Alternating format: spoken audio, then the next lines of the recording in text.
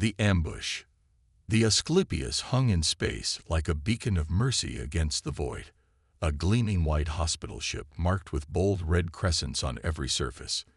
Inside, Dr. Sarah Kerrigan worked tirelessly in the surgical bay, her gloved hand steady as she removed shrapnel from a child's shoulder.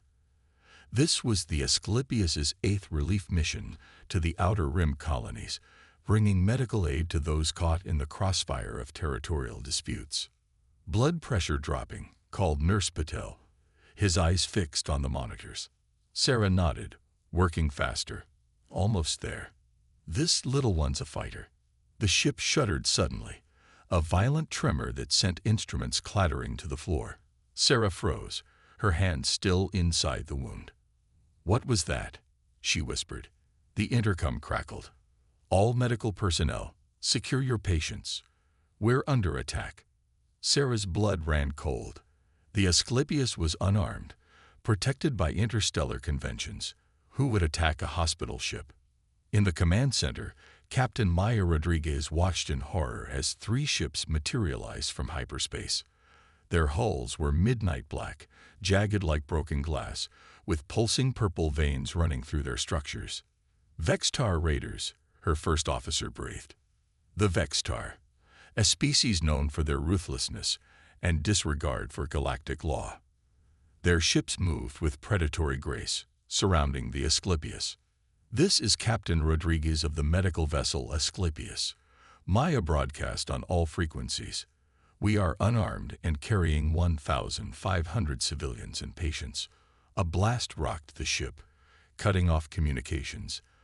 The ship's systems flickered as emergency protocols engaged. "They're jamming us," the communications officer reported, her voice tight with fear. The first volley of attacks disabled their engines and communications array. The second targeted life support systems. Alarms blared throughout the ship as atmospheric pressure dropped in multiple sections.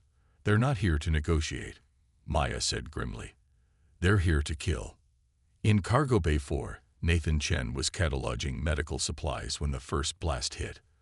Unlike the panic erupting around him, Chen remained eerily calm. He was listed as a logistics specialist, a civilian contractor who had joined the mission 3 months ago. Average height, unremarkable features, with graying temples and a slight limp. Nothing about him suggested anything extraordinary. As the ship trembled under another barrage, Chen moved with purpose to a terminal. His fingers danced across the controls, pulling up schematics of the Asclepius that a logistics officer shouldn't have access to. A voice crackled through the ship's remaining communication channels, the rasping, clicking sound of a Vextar translator. "Attention, human vessel. This is Commander Zexcor of the Vextar Dominion. Your ship is disabled. Your protections are meaningless. We will return to claim what remains after your air runs out. Consider this mercy." The communication cut off. The final attack had destroyed the main oxygen reserves, leaving the ship with less than 4 hours of breathable air. In the medical bay, Dr. Kerrigan fought to stabilize her patient as power fluctuated. "We need to move the critical patients to the central hub," she ordered. "It's the only section with sealed reserves." Captain Rodriguez addressed the frightened crew over the emergency channel. "All personnel, move patients to Deck 3. Conserve oxygen. Help is..." She stopped, unable to complete the lie. "Help isn't coming," said a quiet voice from the doorway. Everyone turned to see Nathan Chen standing there, his expression unreadable. "Who the hell are you?" Rodriguez demanded. "Someone who can help," Chen replied simply.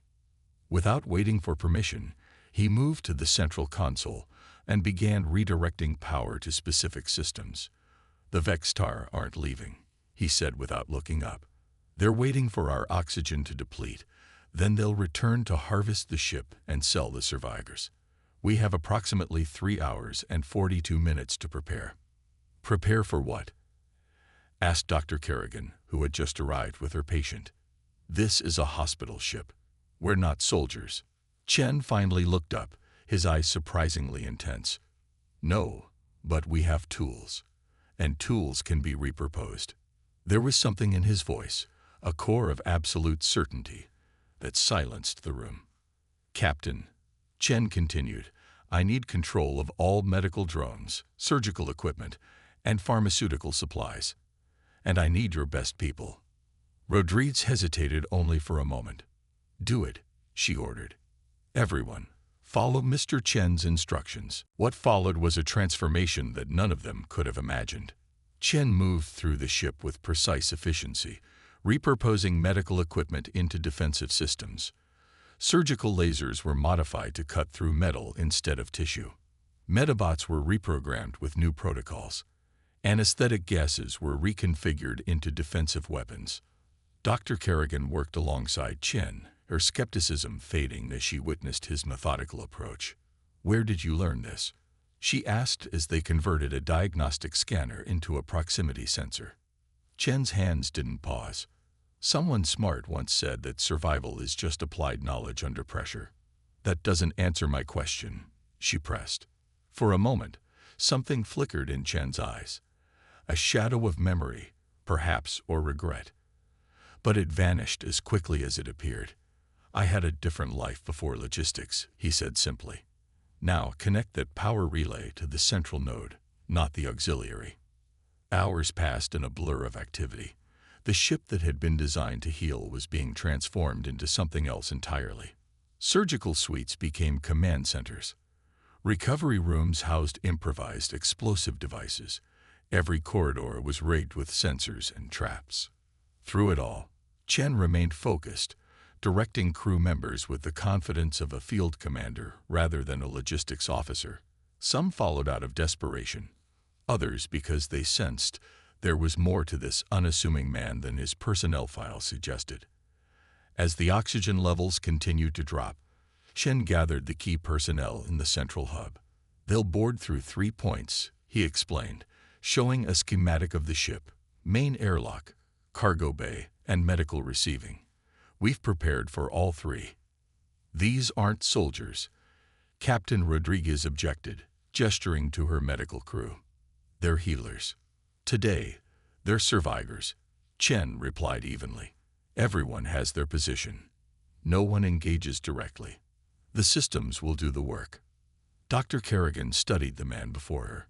"You've done this before," she said quietly. It wasn't a question. Chen met her gaze without flinching. Different contexts, same principles. A warning light flashed on the console. The raiders had returned. "They're earlier than expected," Chen noted, sounding almost impressed. "Everyone to your stations. Remember, let the systems work. Don't improvise." The Vextar approached with confidence, their communications between ships revealing their contempt for the disabled human vessel. Their boarding craft attached to the Asclepius like parasites, cutting through the hull with precision tools. In the darkness of the ship, the crew waited in silence, watching through surveillance systems, as Chen had instructed. The first team of raiders entered through the cargo bay. 6 Vextar warriors in environmental suits, their translucent skin visible beneath the clear helmets, their 4-fingered hands gripping specialized weapons. They moved with the confidence of predators who expected no resistance. The lead warrior paused at a junction, his helmet sensors scanning for life signs.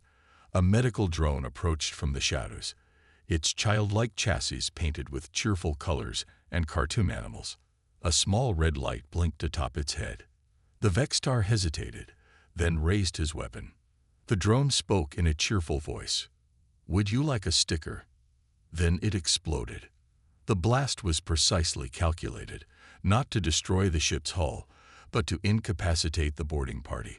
3 raiders dropped immediately.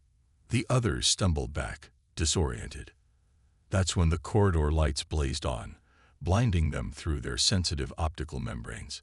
Simultaneously, the ventilation system pumped a mixture of anesthetic gas and saline mist into the compartment. In the command center, Chen watched impassively as the first team was neutralized. "Cargo bay secure," he reported. "Prepare for second wave." The second team entered through the medical receiving bay, advancing more cautiously after losing contact with the first group. They encountered what appeared to be a row of stasis pods with life signs registering inside. "Potential salvage," their leader clicked to his team. As they approached the pods, motion sensors triggered. The pods burst open, but instead of vulnerable patients, the raiders faced concentrated jets of pressurized surgical cleanser and bone-setting composite. The mixture hardened instantly on contact with air, immobilizing 4 warriors and clogging their weapons. The 2 remaining raiders retreated toward the exit, only to trigger the secondary trap. A ring of surgical scalpels launched from recessed compartments, spinning through the air with lethal precision. On the bridge, Captain Rodriguez watched in astonishment as Chen's improvised defenses decimated the boarding parties one by one. His expression never changed. His commands remained calm and precise, as if he were conducting a routine inventory rather than a desperate defense. The final team, led by Commander Zexcor himself, breached the main airlock. They moved with greater caution, having lost contact with both previous teams. "Something is wrong," Zexcor hissed to his warriors. "Spread out. Find the humans." They advanced slowly through the dimmed corridors, weapons ready. At a 4-way junction, Chen's voice suddenly echoed through the hallway. A calculated risk. "Commander Zexcor," he said calmly, "I suggest you withdraw while you still can." The Vextar commander snarled, his translator struggling to convey his rage. "Who dares address me? Show yourself." "I'm just a logistics officer," Chen replied. "But I've rearranged some equipment." A soft hissing sound filled the corridor as oxygen flooded into the sealed section. A small spark ignited from a modified defibrillator. The resulting conflagration was precisely controlled. A wall of flame that separated Zexcor from his warriors. More traps activated in sequence, herding the disoriented raiders into prepared kill zones where repurposed surgical equipment awaited them. Zexcor, isolated and surrounded, found himself face to face with Nathan Chen, who stood calmly at the end of the corridor. "Impossible," the Vextar commander snarled. "You are prey. Unarmed. Helpless." Chen's expression remained neutral. "A common misconception about humans," he said quietly. "We're never truly unarmed as long as we can think."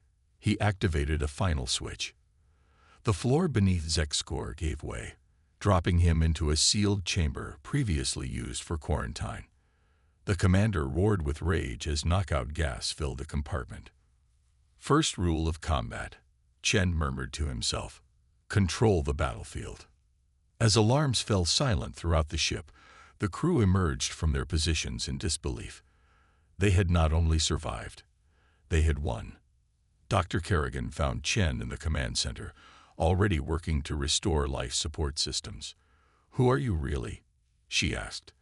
"No logistics officer plans defense strategies like that." Chen looked up, and for the first time, a small smile crossed his face. "I told you. I've had different lives." He returned to his work, even as the ship's sensors detected new vessels approaching. Larger, more powerful ships bearing the insignia of the Galactic Council.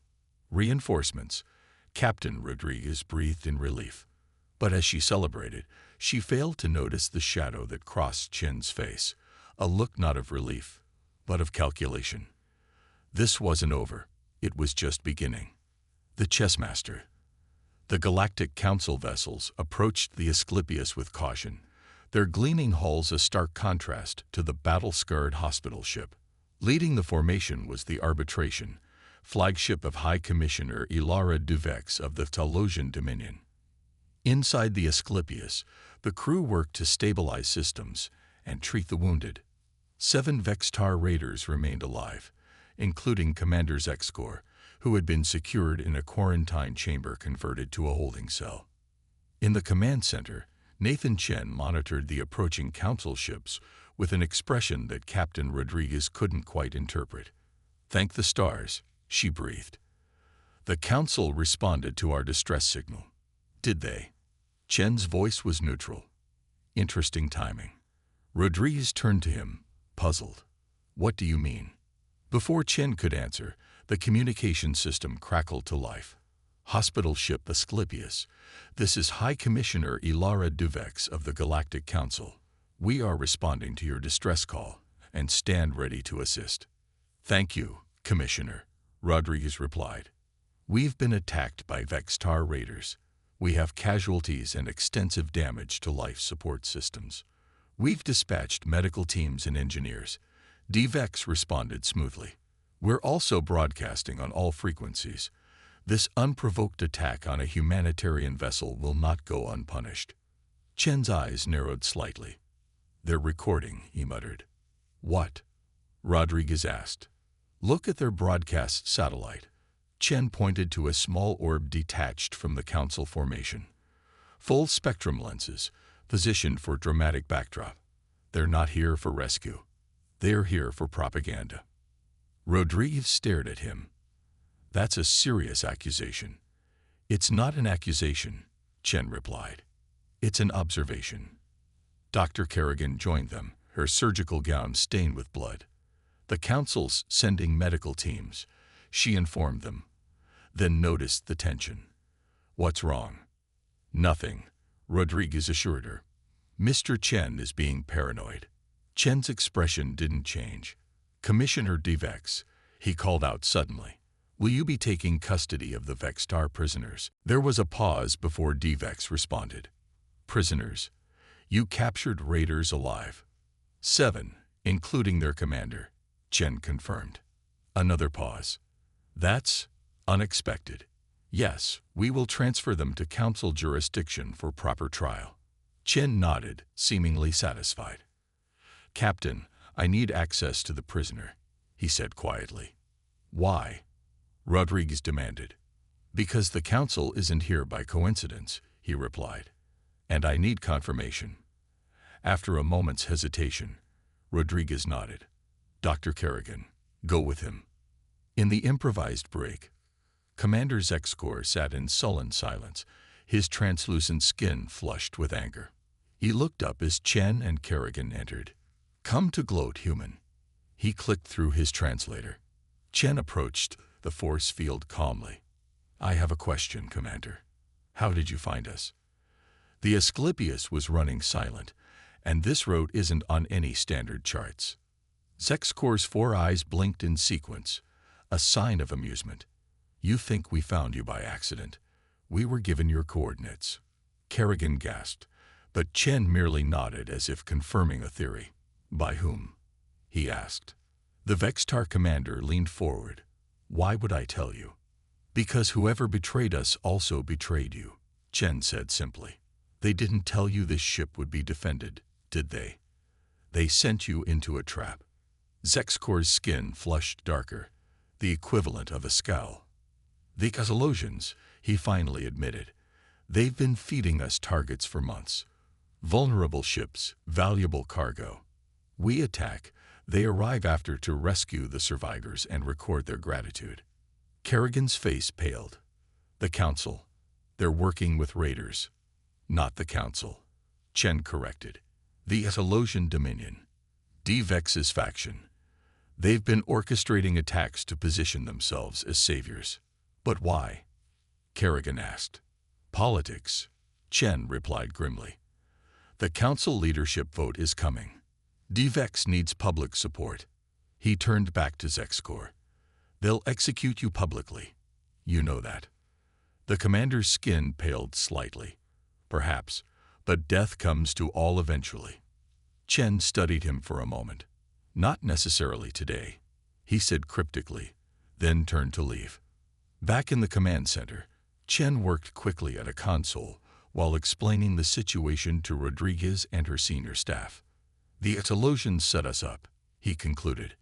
They've been doing it across the sector, arranging attacks, then arriving to save the day. Perfect for the cameras. But we have Zexkor's testimony, Rodriguez argued. His word against a high commissioner's, Chen countered. Who do you think the Council will believe? So what's your plan? Kerrigan asked. Chen finished his work at the console and straightened. We changed the game. As the arbitration docked with the Asclepius, Chen disappeared. Rodriguez and Kerrigan greeted the High Commissioner and her entourage in the main receiving bay, which had been hastily repaired. DVEX was impressive in person. tall and regal, with the characteristic silver skin and four-fingered hands of the Solosian people. Her ceremonial robes shimmered with embedded circuitry that pulsed in rhythm with her movements. "Captain Rodriguez," she said warmly, cameras hovering nearby to capture the moment. "The Council is appalled by this brutal attack. Rest assured, justice will be swift." "Thank you, Commissioner," Rodriguez replied carefully. "We're grateful for your timely arrival." Divex's smile didn't reach her eyes. "Now, I understand you've captured some of the perpetrators." "Yes," Rodriguez confirmed. "They're being held in our quarantine section." "Excellent. My security team will take custody immediately. These criminals will face the full justice of the Council." As Divex's security forces moved to retrieve the prisoners, alarms suddenly blared throughout both ships. The lights flickered, and all displays showed the same message: Security Brilliance. "What is the meaning of this?" Divex demanded. The main screen in the receiving bay activated, showing Nathan Chen seated calmly at a console. "Greetings, High Commissioner," he said pleasantly. "I apologize for the disruption, but I needed to secure your attention." Divex's face darkened with anger. "Who is this man?" "Nathan Chen," Rodriguez began. "Our logistics." "Chen is dead," a new voice interrupted. One of Divex's advisors stepped forward, his expression shocked. "Admiral Marcus Blackwood died 3 years ago in the Arcturus campaign." A murmur ran through the assembled crew. Kerrigan stared at the screen, finally understanding why Chen had seemed so familiar. Admiral Blackwood, the legendary tactician who had secured human independence in the last interstellar conflict. The military genius who had disappeared after negotiating the peace treaty. On screen, Chen, no, Blackwood, smiled slightly. "Reports of my death were administrative." Divex recovered quickly. "Whatever your name, you are interfering with Council business. Stand down immediately." "I'm afraid I can't do that," Blackwood replied calmly. "Not until everyone understands the situation. You see, I've accessed some interesting files from your ship's database." The screen split to show communication logs between Divex and various raider groups, including the Vextar. "Fascinating reading," Blackwood continued. "Coordinates, payment arrangements, political plans, all very detailed." Divex's silver skin flushed dark with fury. "These are fabrications. This human is attempting to." "I've also taken the liberty of broadcasting this conversation to all Council members," Blackwood interrupted, "along with the complete data package. Your security encryption was quite good, but it's been a hobby of mine." The color drained from Divex's face as she realized the implications. Now Blackwood continued pleasantly. "Here's what's going to happen. The Vextar prisoners will indeed face justice, but so will you, Commissioner. And in the meantime, the Council will implement immediate protections for all humanitarian vessels, enforced by independent observers."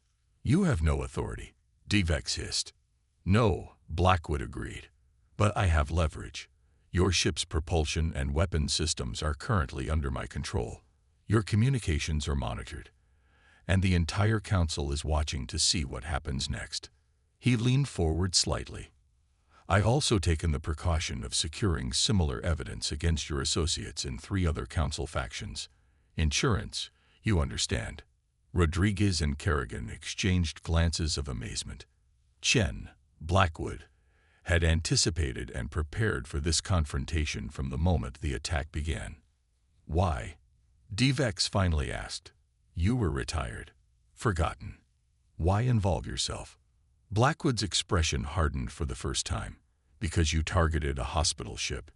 You used the suffering of innocents for political gain. Some lines shouldn't be crossed." Within hours, Council security forces, not Solosian, arrived to take custody of both the raiders and Divex. The political earthquake was immediate and far-reaching. 3 Council members resigned. New protection protocols were implemented for humanitarian vessels. As the crisis subsided, Dr. Kerrigan found Blackwood in the cargo bay, quietly resuming his interrupted inventory, as if nothing had happened. "So," she said, leaning against a crate. "Logistics officer." He smiled faintly. "It's peaceful work. Methodical. And yet you turned our medical equipment into weapons and outmaneuvered both raiders and politicians without breaking a sweat," she observed. Blackwood shrugged. "Old habits. Why disappear?" she asked. "After Arcturus, you were a hero." His expression grew distant. Heroes become symbols. Symbols become targets. Or worse, they become weapons themselves. He looked up at her. "I prefer to be useful in quieter ways." "What happens now?" "Your cover is blown." "I'll move on," he said simply. "There are other ships, other missions that need a good logistics officer." Kerrigan studied him. "You planned this, didn't you? Not just the defense, but the exposure of DVEX. You used our ship as bait." "No," Blackwood corrected firmly. "I used their attack as an opportunity. There's a difference." Before she could respond, Captain Rodriguez joined them. "Admiral," she said formally, "the Council's interim leadership wishes to speak with you." Blackwood sighed. "Not Admiral. Not anymore. They're offering you a position," Rodriguez continued. "Special envoy for humanitarian security. Creating new protocols to protect ships like ours." He stared at her, genuinely surprised for the first time. "I don't want a public role." "Then take a private one," Kerrigan suggested. "Behind the scenes, where you can do the most good." Blackwood was silent for a long moment, considering. "The galaxy is changing," he finally said. "Perhaps it's time for a new approach." 3 months later, a new treaty was ratified by the Galactic Council. The Humanitarian Protection Accord established neutral observers on all relief missions and severe penalties for violations. The public face of the initiative was a coalition of respected diplomats. Behind them, unseen but ever-present, was a logistics specialist who quietly transformed the balance of power throughout the galaxy, not through force of arms or political maneuvering, but through the careful application of knowledge, foresight, and the understanding that sometimes the most powerful weapon is the ability to think 3 moves ahead. On the newly repaired Asclepius, Dr. Kerrigan received a package as they prepared for their next mission. Inside was a simple chess piece, a knight, with a note that read, "Sometimes the most important pieces work from unexpected positions. Stay safe." She smiled and placed the knight on her desk, a reminder that in a galaxy of powerful forces and complex politics, humanity's greatest strength remained its ability to turn any situation to its advantage, to transform a hospital ship into a fortress, a logistics officer into a defender, and a moment of crisis into a turning point for galactic peace.